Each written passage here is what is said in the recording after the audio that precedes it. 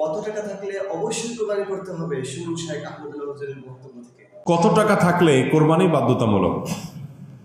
কোরবানি আসলে অনেক ইমামদের মতে ওয়াজিব, সেটা বাধ্যতামূলকই বলা যায়। আবার অনেক ইমামদের মতে কোরবানি করা সুন্নাত। হানাফি মাযহাব অনুযায়ী কোরবানি করা ওয়াজিব। কাদের উপর ওয়াজিব? যাদের কাছে যাকাত ফরজ হওয়ার মতো সম্পদ আছে, সেটা 1 বছর যদি নাও হয়, সম্পদের বয়স যদি 1 বছর নাও হয়, যাকাত দেওয়ার জন্য 1 বছর বয়স হইতে হয় সম্পদের বয়স, কিন্তু কোরবানির জন্য 1 বছর বয়স হওয়া লাগে না। এটা হলো যাকাত এবং কোরবানির মধ্যে পার্থক্য। মূল সম্পদের পরিমাণ সমান। যাকাতের জন্য যে পরিমাণ সম্পদ লাগে, কোরবানি করতেও সে পরিমাণ সম্পদ লাগে।